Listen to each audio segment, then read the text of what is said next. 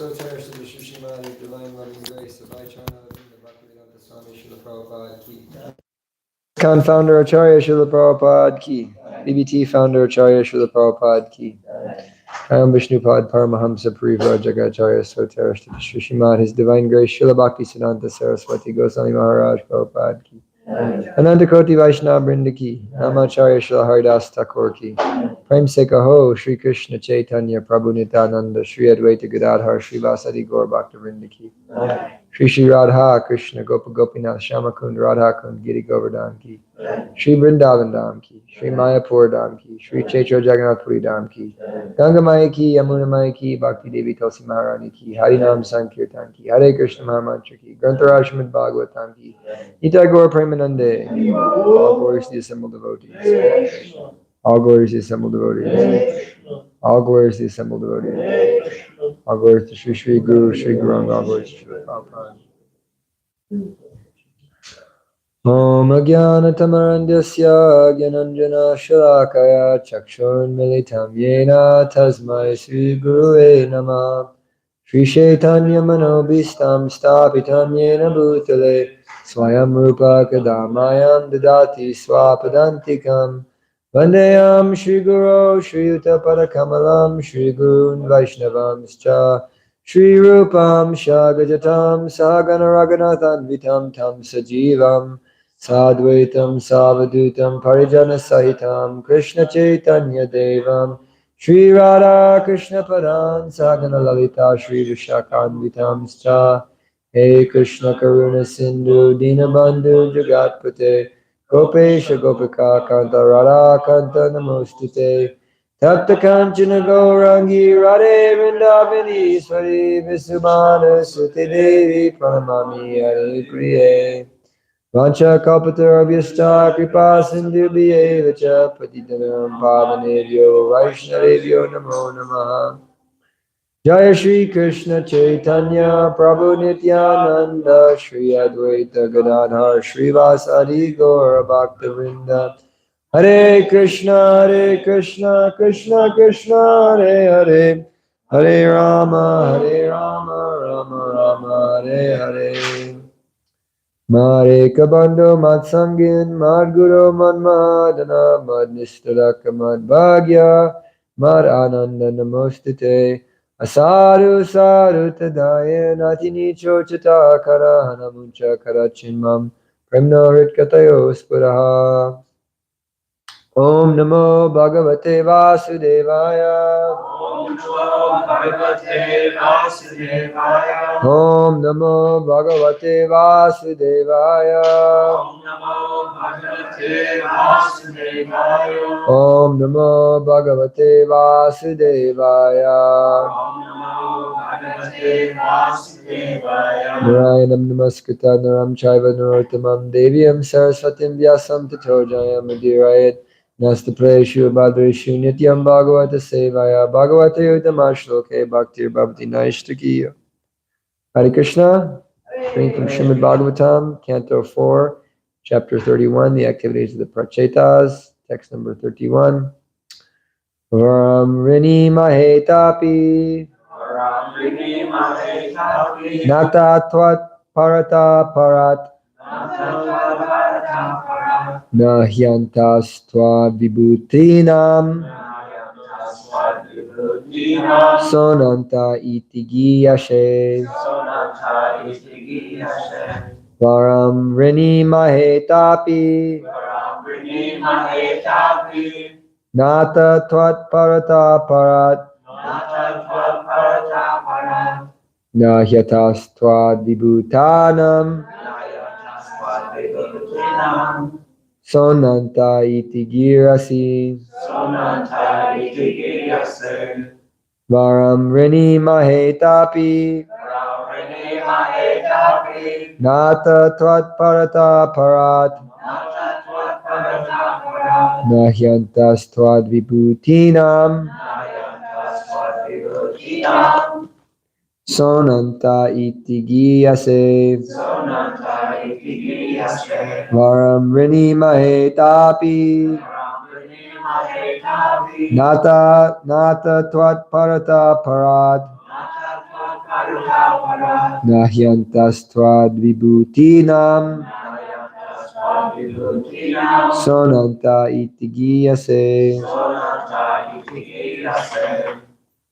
Varam Rine Mahetapi. Varam Rini Mahetapi Nata Tvat Parata Parat. Nata Tvat Parata Parat. Nayantas Tvat Vibhutinam. Nayantas Tvat Vibhutinam. Sonanta Itigiyase. Sonanta Itigiyase.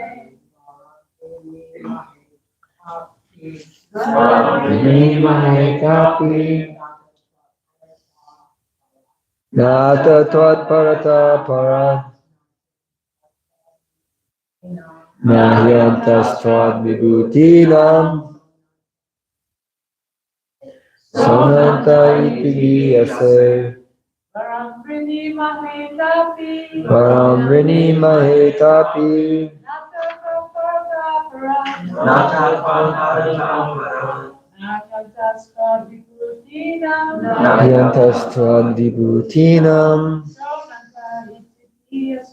Sonanta Itigiyase Varam Rine Mahetapi. Varam Rini Mahetapi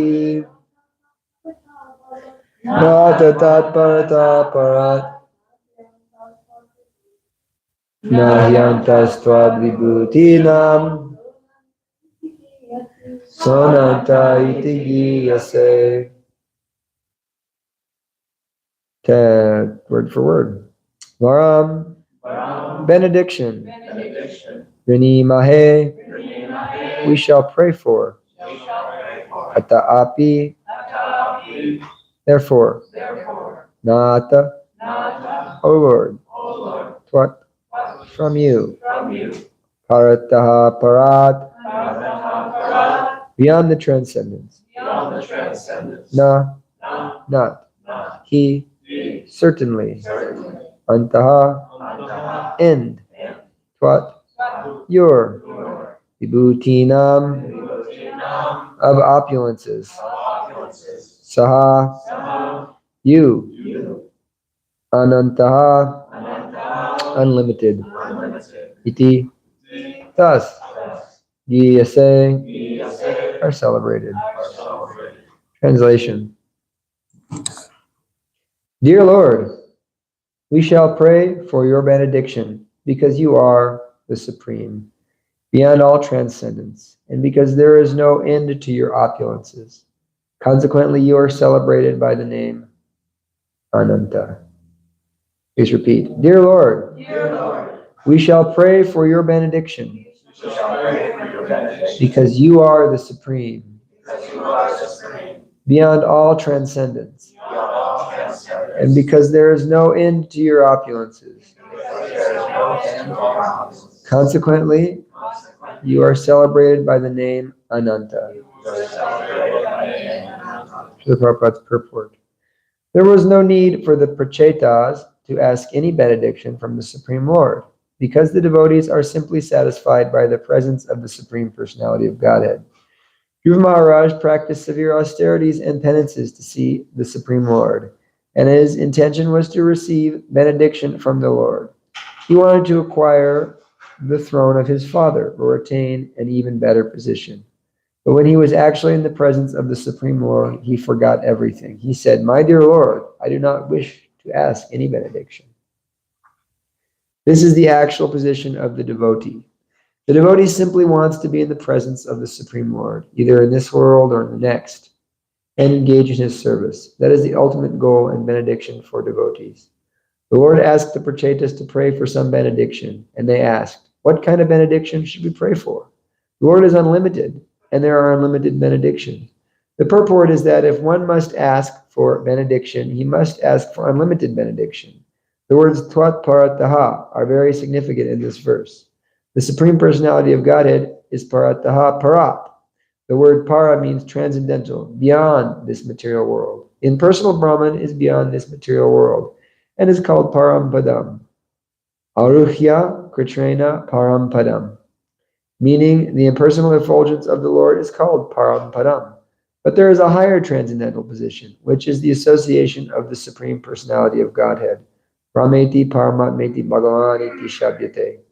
The absolute truth is realized first as impersonal Brahman, then as Paramatma, and then finally as Bhagavan. Thus, the personality of Godhead, Bhagavan, is Parat Parat, Parata Parat, beyond Brahman and Paramatma realization. In this connection, Srila Jiva Goswami points out that Parata Parat means better than the best. The best is the spiritual world, and it is known as Brahman. The Supreme Personality of Godhead, however, is known as Parabrahman. Therefore, Parata Parat means better than Brahman realization. As will be explained in the next verse, the prachetas plan to ask the Lord for something that has no limit. The Lord has pastimes, qualities, forms, and names are unlimited. There is no limit to his names, forms, pastimes, creation, and paraphernalia. Living entities cannot conceive the unlimitedness of the unlimited. However, if living entities are engaged in hearing about the unlimited potencies of the Supreme Lord, they are factually connected directly to the unlimited. Such understanding of the unlimited becomes unlimited by hearing and chanting. Namo Om Vishnu Padaya Krishna Prashtaya Bhutale Srimate Bhaktivedanta Swami Niti Namne Namaste Saraswate Devi Gauravani Prachadari Nirvishesha Shanyavadi Pastutadeshatari Namaste Jivanandaya Dasa Vanachani Prabhupada Balabhaya Sninasi Avanarani Agyana Dvanta Gamanam Pashtutipati Tadvanam Yana Guru Teya Chitarine Chakshashenamaha. So continuing with the prayers of the prachetas, and they're manifesting the symptoms of pure devotional service. In the last verse, they're expressing, "O Lord of the universe, you are the actual teacher of the science of devotional service. We are satisfied that your lordship is the ultimate goal of our lives, and we pray that you will be satisfied with us." That is our benediction. We do not desire anything other than your full satisfaction. So once we were in Mayapur Dham, and there was a person giving class. I forget if it was in the Bhakti Vaibhav class or not, but someone asked, how are you a mixed devotee? How are the demigods? They're devotees, but at the same time they have, so-called material desires. We hear that so much of the time, that the demigods, they are devotees. They're the suras. And Krishna is very, very fond of protecting the demigods. Ete chamsha kalu pumshash Krishnashtu Bhagavan Swayam Indriyayi Vakilam Lokam Hridayanti Yuge Yuge. Indriyayi Vakilam Lokam. Krishna is always protecting defeating the enemies of Indra, protecting the demigods, protecting the devotees from the enemies of Indra. So Indra is very dear to Krishna, yet we see how Indra has material desires. We are the demigods are not necessarily pure devotees.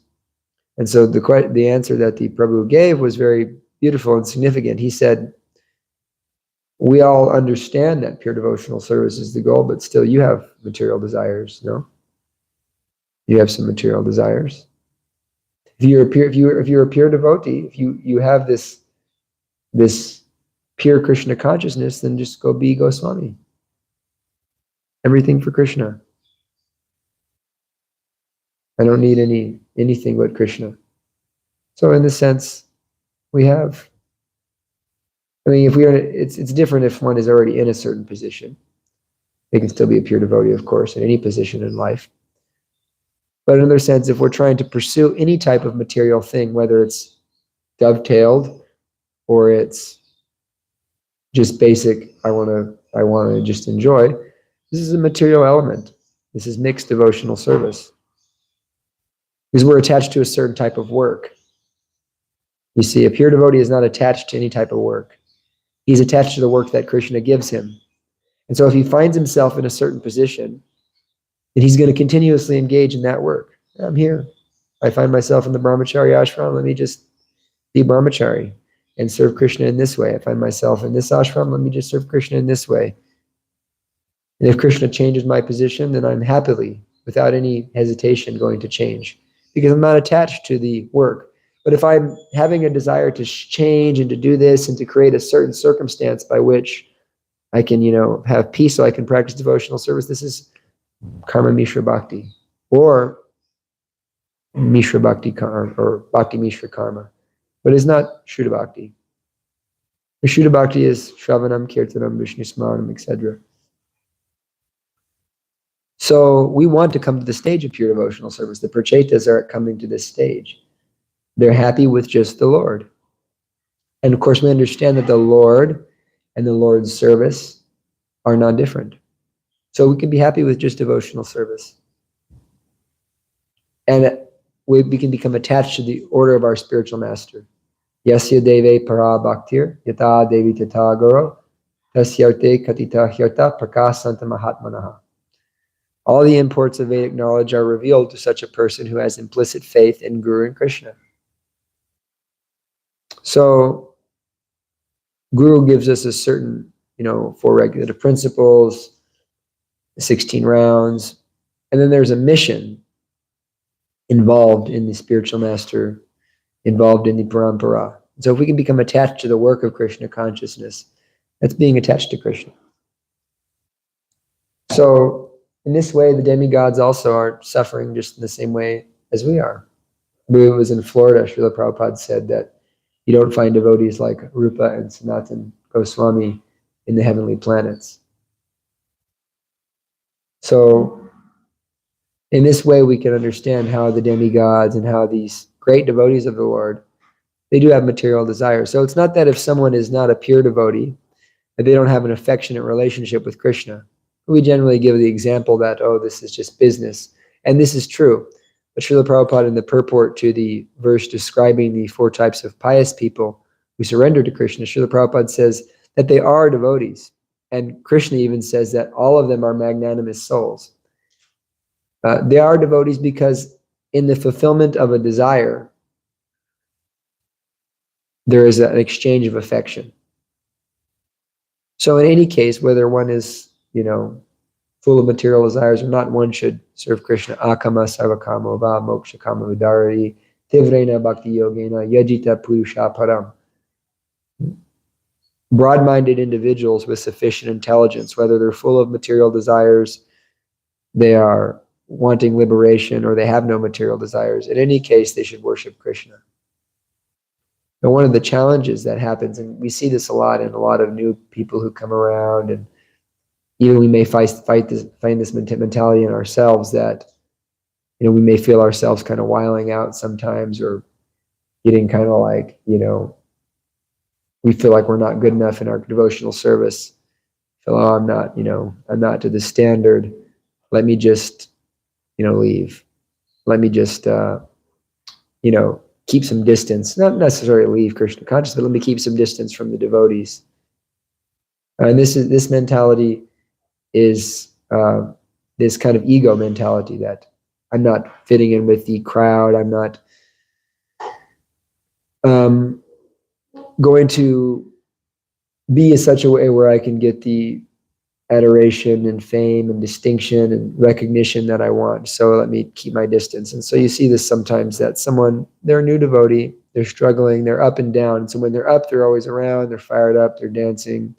And when they're not feeling like, oh, I'm good enough, because they're judging themselves based on their sadhana, they're judging themselves based on all these external things in a sense. And so therefore, fired up. And then, then we don't see them for weeks, or then they're, because they're judging themselves based on how I'm performing. This is not really exactly understanding I'm not this body, because if someone understands I'm not this body, then they're no longer going to judge themselves. They're actually going to be Brahmabhuta Prasanatma. They're going to be happy because I know I'm not this body.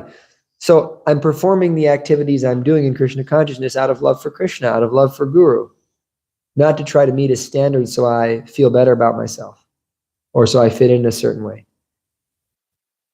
So not that the sadhana is useless in any way. The sadhana is exceptionally powerful. It still works. It's still going to get you where you need to go.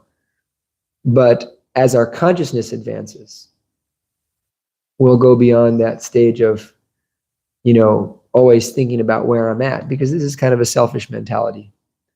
Krishna explains that there are 4 types of pious people who surrender unto him. There are those who are seeking wealth, those who are distressed, those who are curious, and those who are seeking knowledge of the absolute truth. And Krishna says, of these, one who is in knowledge is the best. But still, such a person isn't a pure devotee, because they want knowledge. They're very obsessed with knowing God, knowing these technicalities. They're not just loving Krishna for who he is yet. And so such a person, although the most dear to Krishna, isn't a pure devotee, but by contact with a pure devotee who loves Krishna for who he is, bahunam janmanamante jnanavan mam prapadyate vasudevam saramiti samahatma sadurlabha. Krishna says, after many, many births and deaths, such a jnani, jnanavan, surrenders unto me, knowing me to be the cause of all causes and all that be. Such a great soul is very rare. So this Vasudevam Saramiti, he understands that Krishna is everything. There's nothing but Krishna. There's nothing but Vasudeva. And so in that understanding, he realizes that it's all Krishna's mercy. And so sometimes the tendency of a conditioned soul or a lower level devotee is to judge ourselves and judge others and treat others based on a performance principle. And so the performance principle is not a sign of actual Krishna consciousness. Because you may see sometimes that, especially in Mayapur you see it, but you may see it in other places. There's some old brahmachari, old devotee, and they're just simply unable to act in the capacity of a sadhaka like they were when they were 30 years old. You may see this sometimes, sometimes you see these old brahmacharis in Mayapur, they can hardly walk, what to speak of, walk all the way to Mangalartik, and in Mayapur things are a little more austere. Or, wake up so early. There's different things because of bodily challenges. But, and so the neophyte may think, oh yes, I am so advanced because I am attending, I'm chanting my rounds early. But in this way, where is your consciousness though? That's the big question. That's the big judgment. Don't judge based on a performance principle, your spiritual life. Judge based on your consciousness. Where is your consciousness at? What are you dwelling upon? Now, I'm not saying to neglect rules and regulations, but I am saying that our consciousness is going to really determine our actual advancement. And so, therefore, the association of pure devotees is the way and means by which we can actually advance in consciousness and come to that higher stage of Krishna consciousness. So A pure devotee can actually simply love Krishna and do things for Krishna and be inspired for Krishna. And unless we do a very serious self-evaluation in terms of what are our motivations, then we will not be conscious of so many things. It's very important to be conscious. What do I really want? Why am I acting a certain way? Because it's very easy to be caught in the modes of nature. We can be caught in the mode of ignorance. We can be caught in the mode of goodness. We can be caught in the mode of passion. And when you're under illusion, the nature of illusion is that you don't know you're an illusion. And so being caught in the mode of goodness, Prabhupada explains, one begins to think that they're better than others.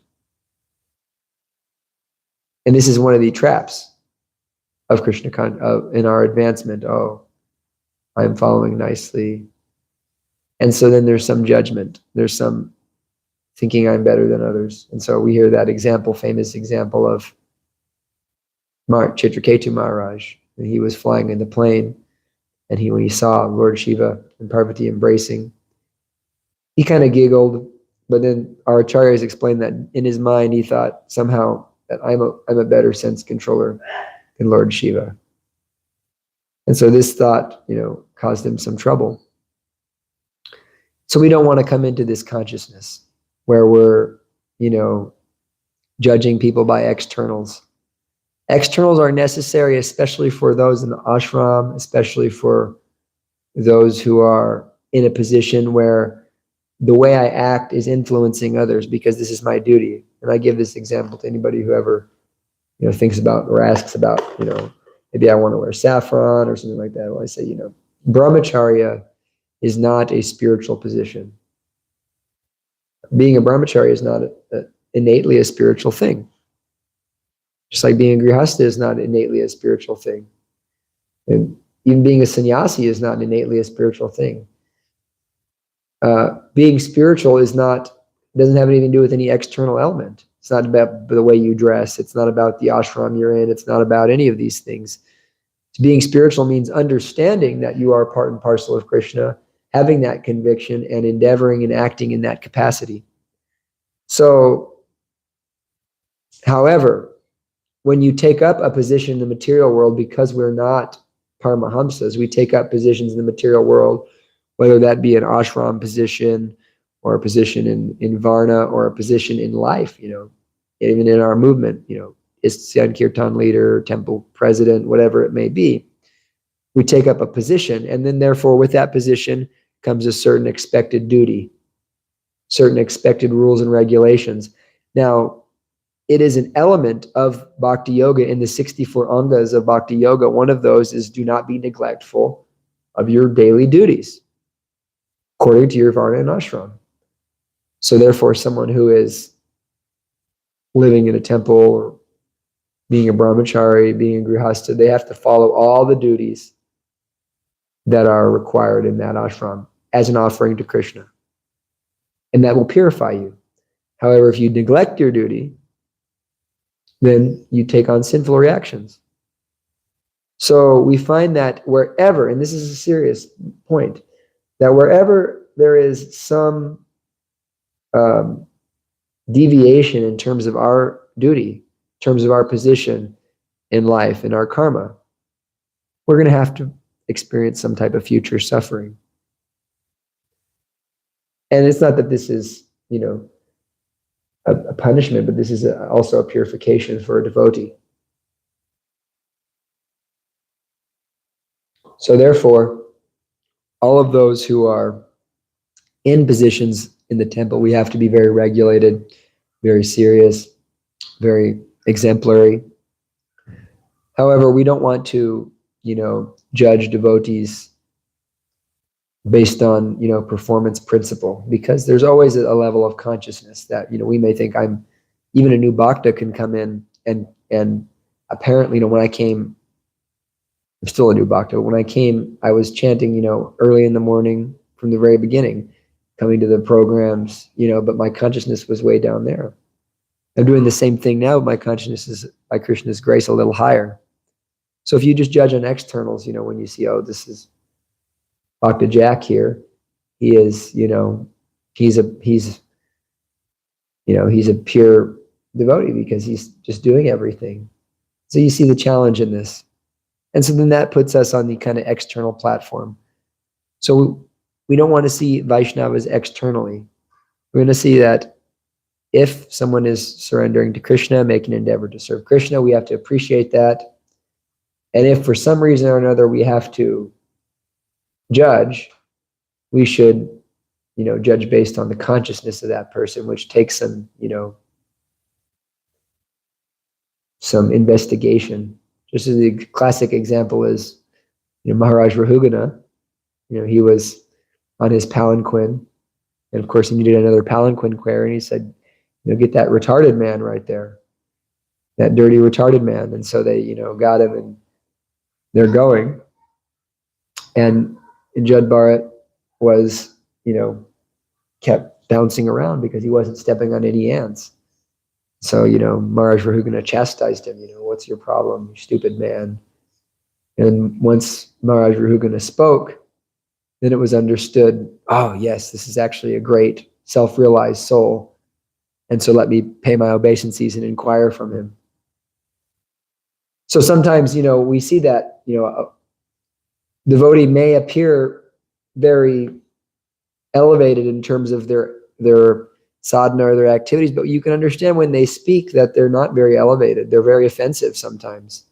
They're always criticizing, always, making devotees feel bad. If you're like this, then your sadhana is still powerful. It's still helping you, but we can understand that you're not such an elevated soul. So you have to have some consciousness. Now, we still respect everybody who's endeavoring to serve Krishna, but as those who are seriously interested in coming forward and advancing in Krishna consciousness, who do you want to associate with? You want to associate with those devotees who are exhibiting the Vaishnava qualities. Gradnath Maharaj was asked once, he said, I would rather be with devotees who are not so strict, but who aren't offensive and who don't gossip and who are, sweet and loving, than devotees who are extremely strict and, are full of bad qualities. And this is a fact. I mean, this is a fact in terms of association, that if you associate with criticizers, you'll start to think it's okay to criticize.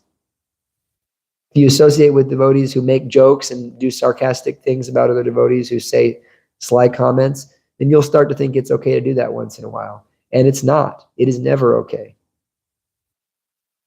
It is always offensive. And if you just become a little conscious yourself, you'll realize how you start taking up these kind of qualities. But then you go around to we had Balaram Das here. Balaram Das is this incredible saintly personality, an unbelievably saintly personality. And, he just is, his main teaching over so many years that I've known him now is just, he just, don't criticize devotees. Don't criticize devotees. Don't see the bad in devotees. Only see the good in devotees. And you see the result in terms of where he's at in his consciousness, how happy and satisfied he is. And, it's okay. Well, we may think I don't criticize devotees, but then, so many, subtle things we do unconsciously because we associate with criticizers maybe. Or we say this, or, we just make a little sly comment here and there about a devotee. So all this has to be rooted out and has to be removed completely from body, mind, and thought especially. Of course, thoughts aren't affecting us and we have offenses when we act on it, but every thought leads to an action in some way, thinking, feeling, and willing, and then acting. So therefore, it's very important to see people on the spiritual platform. We should aspire to be like Bhatta Raghunath Goswami. There's one devotee, my friend in Mayapur, he's a Prabhupada disciple. We would have lunch every single week together, and we would talk. And I guess he's had kind of a challenging past in terms of his Krishna consciousness, so he's told me. And he's been up and down, but now he's come to a very steady place in his spiritual life. And, he's simple, chants his rounds, but he loves to talk about Krishna. He loves to just talk about Krishna's pastimes. And he's just very, very serious about this one thing, not offending Vaishnavas. And so although he may have had so many struggles in his spiritual life. What I've noticed about him is he seems to be very successful now, because Lord Chaitanya says, just chant Hare Krishna and I'll deliver you. Just chant Hare Krishna and don't offend devotees. It's not that we have to, be expert scholars in so many things, but do these two things, chant Hare Krishna and don't offend Vaishnavas. You'll make progress. And so he always tells this story how, he was, when you read the CC, you hear about how Bhatta Raghunath Goswami, he would not criticize anybody, even if they deserve criticism. Even if they were totally worthy of criticism, Bhatta Raghunath Goswami would not criticize them, because he would see that they're serving Krishna. And so Vaisheshika Prabhu, in regards to this, he says, that's an option. You have that option. I mean, it's not always practical. Sometimes, temple presidents, gurus, and, ashram leaders, whatever, they may have to criticize a little bit. But you always have the Bhatta Raghunath Goswami option. Let me just not criticize. Let me just see that this person is serving Krishna. And so, therefore, we can root out all material desires by developing that proper consciousness. And, understanding that we may not be pure devotees. Like here we're hearing of the Prachetas, they're pure devotees. There was no need to ask any benediction from the Supreme Lord, because the devotees are simply satisfied with the presence of the Supreme Personality of Godhead. Of course, we hear the demigods do want things, and that we also may want things, but still the Lord loves us. We have to root out all the subtleties also.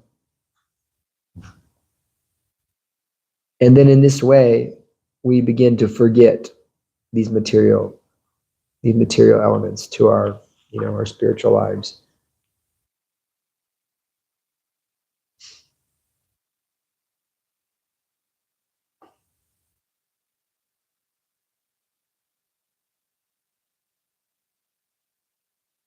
So then Prabhupada brings out this point that there's something higher than Brahman realization.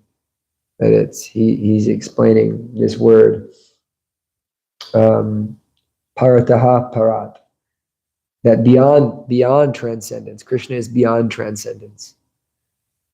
And so I've been kind of doing a deep little bit of studying on some kind of Christian mysticism. And there's so much wonderful things there about God and about transcendence and about, elements of bhakti yoga are there in full. But there's this special confidential knowledge that very few people know, and that we're so lucky to know, is that Krishna is the Supreme Personality of Godhead. That's the end of all knowledge. That is the actual Vedanta. Vedanta, that is really Vedanta. The end of all knowledge is that Krishna is the Supreme Personality of Godhead. Vedashta Shaviraham Eva Vedyo Vedanta Krid Veda Vedeva Chaham. All of the scriptures are leading to Krishna. Krishna is the knower of the scriptures and the compiler of the scriptures. Krishna is the absolute end of all knowledge. And so this very special and powerful point is not known. So those may love God, they may want to serve God, they may have aspired to be free from material desires, but it's very special to understand this Krishna element. Krishna says in my favorite and most famous, one of the most famous verses, which is my favorite series of verses, he says, in this world, there are two types of created beings, the fallible and the infallible. Besides these, there is the greatest living personality, who is beyond both the fallible and the infallible, and has entered into the three worlds and is maintaining them. Because I am the greatest, I am celebrated both in the world and the Vedas as that supreme person. Whoever knows me as the Supreme Personality of Godhead is the knower of everything. This is the most confidential part of Vedic wisdom, O Arjuna, and is now being disclosed by me to you. Whoever knows this will become wise, and their endeavors will know perfection. So it's nice to be, all the religions are cool, it's kind of nice to have that understanding. You know, we respect the Christians and we respect the Islam and we respect the Jews. We also have to understand that they're not all equal. You know, arithmetic is important in order to do calculus, but calculus and arithmetic are not equal. And so we don't want to, Prabhupada did not do that. Prabhupada also understood this element of preaching. And for preaching purposes, he spoke in that way. But majority of the time, Srila Prabhupada was very adamant that Krishna is the supreme absolute truth. That we chant Hare Krishna. And that you can't, equalize everything. It's not the case. Because we have this very special knowledge about Krishna, about the Supreme Person, about what he does, what his qualities are, what his activities are, what he likes to do. This is something that so many people have no knowledge of. Or we were hearing something just recently about, is it you and me were talking about, someone was saying they want to know God, or like, oh yeah, it was that kid, those Catholic people that they were saying, and it was like, some people think Eastern religion, they generally categorize it as impersonal, but no, it's not impersonal. We know God's address, we know what he looks like, we know what he likes to do, we know who his friends are, we know all these things about God. This is confidential knowledge that no one else has, and so you cannot minimize it.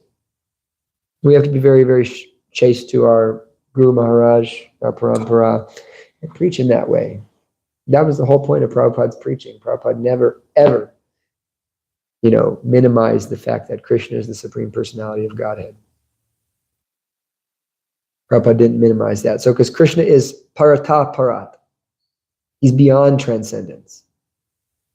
The transcendental relationship one can have with Krishna is the highest rung of self-realization. Vedanti tat davidas tat vamyaj jnanamadvyam brahmeti paramatmeti bhagavaniti shabdyate. It's bhagavaniti shabdyate, that Bhagavan is the highest realization. And even then, there's still, deeper and deeper levels of confidential knowledge. There's so many Bhagavans. There's Mahavishnu. But then, ete chamsha kalupamshas, Krishna's tu Bhagavan swayam, indriyayi vakilam lokam mridayanti yuge yuge. Krishna's tu Bhagavan swayam. He's the original personality of Godhead. And so, that fact is very, very inconceivable and wonderful and powerful and amazing.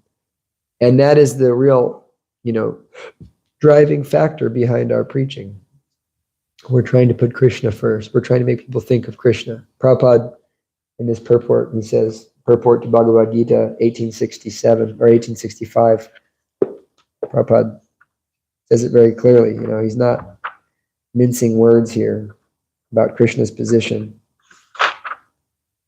So sometimes the tendency is when we're preaching to minimize Krishna. Oh, we want you to be a better Mormon. Yeah, I appreciate the sentiment. And we always got to make sure we pad everything. But at the same time, Prabhupada did do that sometime, but that's not the main mood. Always think of me, become my devotee, worship me, and offer your homage unto me. Thus you will come to me without fail. I promise you this, because you are my very dear friend. The most confidential part of knowledge is that one should become a pure devotee of Krishna and always think of him and act for him. One should not be an official meditator. Life should be so molded that one will always have the chance to think of Krishna. One should always act in such a way that all his daily activities are connected with Krishna. He should arrange his life in such a way that throughout 24 hours he cannot but think of Krishna.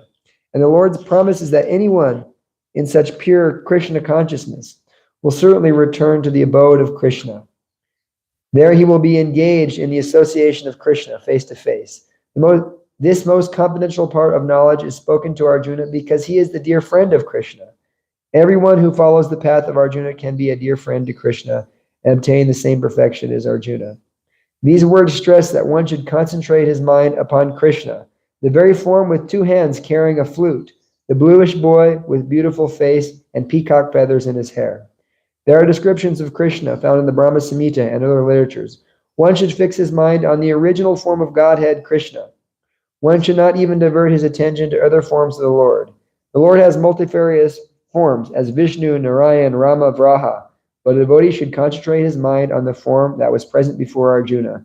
Concentration of the mind on the form of Krishna constitutes the most confidential part of knowledge, and this is disclosed to Arjuna because Arjuna is the most dear friend of Krishna.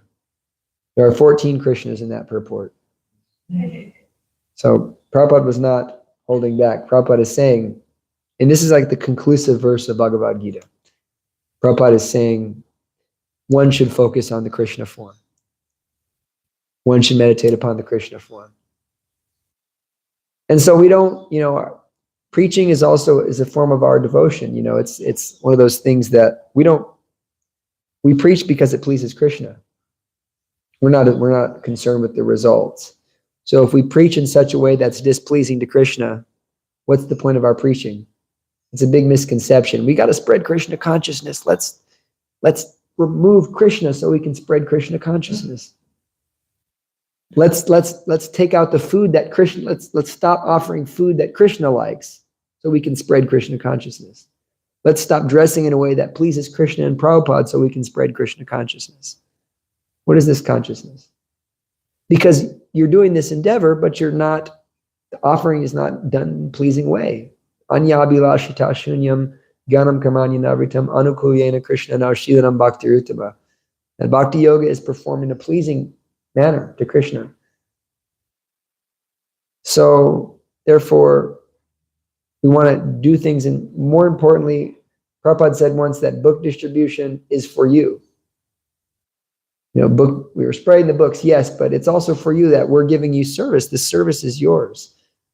So the spreading of Krishna consciousness is Krishna's way of giving us something to do in this horrible material world. We have some nice service to do. We have some spreading of Krishna consciousness to do, but let us do it in a way that's pleasing to Krishna. And so, we don't want to be embarrassed. If you have a wife or husband, you hopefully you're not embarrassed to talk about them. It's kind of weird, no? You don't want to, God forbid, people know that I'm actually with this person. I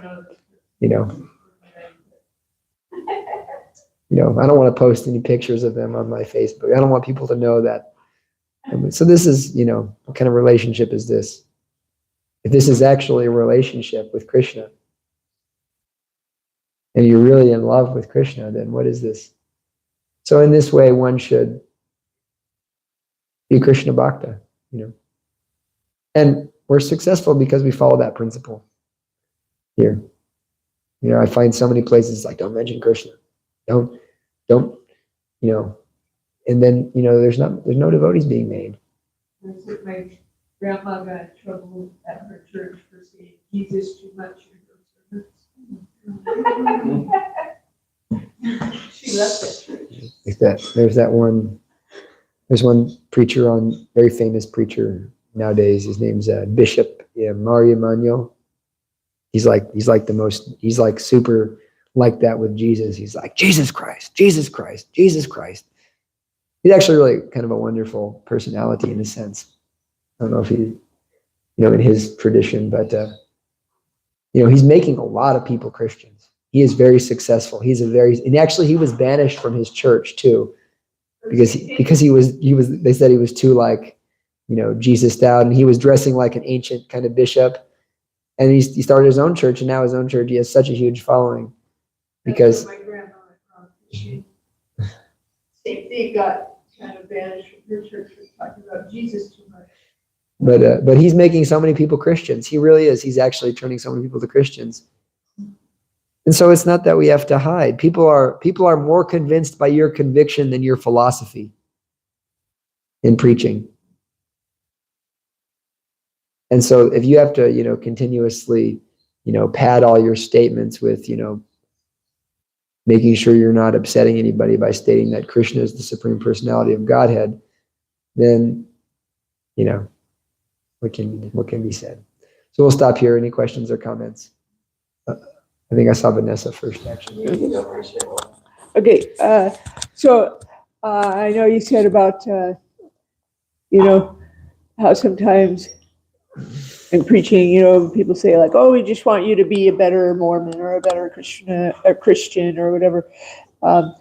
And how, that's not really the message we're trying to send. But then I was thinking like, for some people like that, they're not able to accept Krishna consciousness right away. Like, isn't that better for them to practice their own religion? Yeah, I'm not saying that we don't say that or that's wrong. I'm saying we do say that, and there are times and places to say that, but that's not, that's not our whole thing. Yeah. It's kind of a misconception. Like, that our whole thing. Yeah, we want you to be a better Christian. I'm a better Christian now that I'm a devotee. Because if they're sincere, and they're sincerely practicing Christianity or Judaism or whatever sincerely, then won't Krishna give them, like he says in the Gita, he'll give them the understanding. I think I sent that video to quite a few people, the video with Bhakti Rasanaya Sagar Maharaj. I don't know if I sent it to you. I sent it to quite a few. I sent it to you. Did you watch it? Anyways, there's one really nice video with this Bhakti Rasanaya Sagar Swami, who used to be Uttama Shloka Prabhu. He's Indrajumna Swami's servant for a long, long time. And then he took sannyas, and he's a really wonderful sannyasi. I know him from Mayapur, but he tells this really wonderful story about how this Muslim man, who's like the strictest Muslim ever, he's like becoming vegetarian and becoming a devotee now. Because the whole thing is about how by following your religion, you make progress. But in any case, when we give people a book and we say, this will make you a better Christian, we're hoping that means that being a better Christian by surrendering to Krishna and following Christ. It's not that, And if they're sincere, then it would, right? Yes. Yeah. If they're sincere. And then again, they may be sincere in their own kind of thing, but if we don't play our cards right, if we don't tell them of course, famous recent pastime is there's a certain personality here who is coming to the temple and who's a follower of a certain guru. And, they're really into Krishna consciousness, but they have this big hang up, and this guru's bogus. It's a bogus guru. Yeah. And I said, dump him. Let him go. Let it go. It's a bogus guru. You shouldn't, why you stay around this bogus personality? And they were devastated that I said that. And so they went to another devotee, and they were kind of complaining about me. They said, oh, this personality, he said that. He said I should leave my guru, and he said all these things. And it was kind of one of those kind of tactical risks where you got to say something at some point, And they did stay around, but then this person they were telling told my guru, he said, oh, Kirtanesvara, he said, he was saying, he told that person they should leave their bogus guru and all this, and they were complaining like it was wrong. And a Guru Maharaj said, yes, exactly. That's exactly what he should have done. That's exactly what I would have done. And, that person is still around. So, we can't pretend that we can, it's like if someone has some type of, if I find out that Gauranga Prema has cancer, and somehow he doesn't know it, but I know it, but I'm just going to let him, I'm not going to tell him he has cancer. What kind of person is that? You better tell him now, Prabhu. You have cancer, Prabhu. No. What kind of person is that?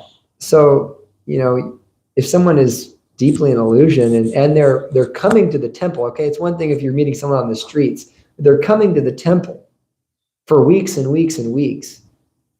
You got to say something. We can't hide our philosophy. We can't hide our message in hopes and in fear that people are going to go away. Vanessa had a question. Oh, mostly a comment. Thank you, Prabhu, for a wonderful class. I know Krishna is very pleased with you.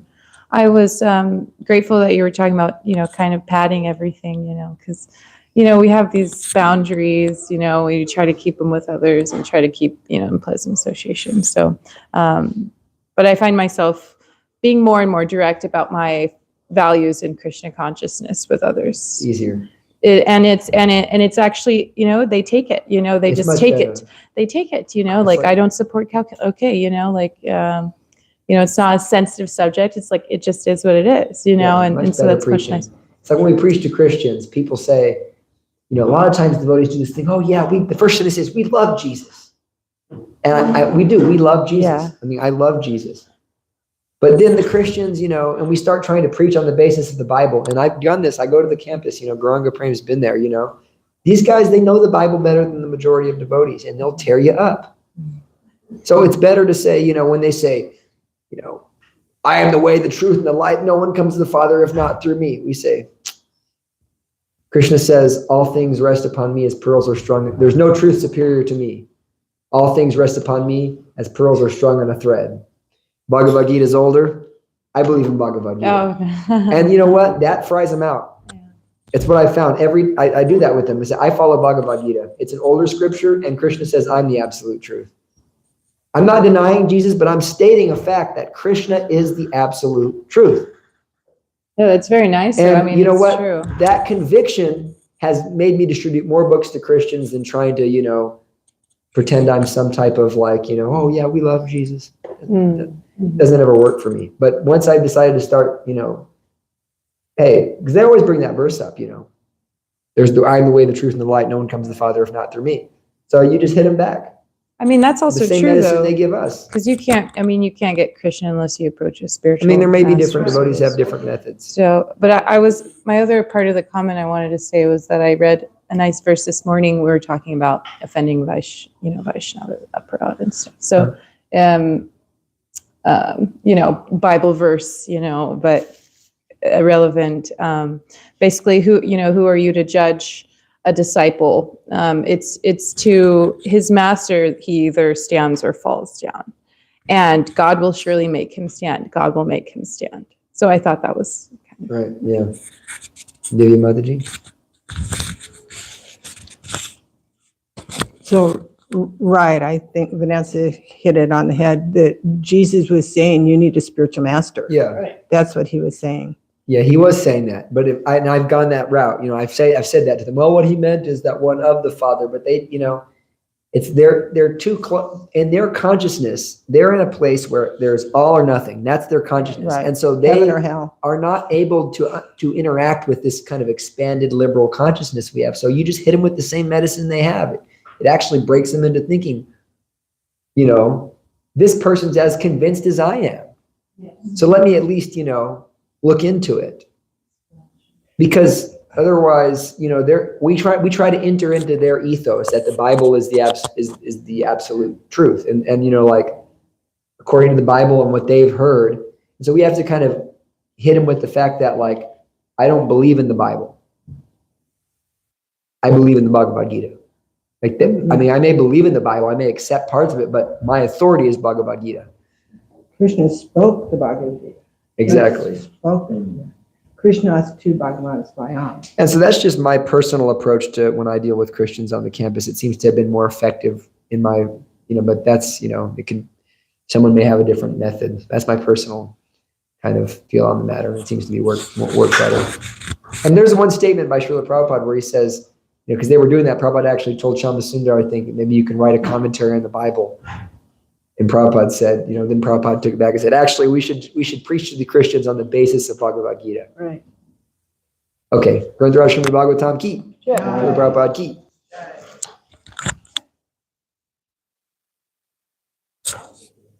No Vaishnava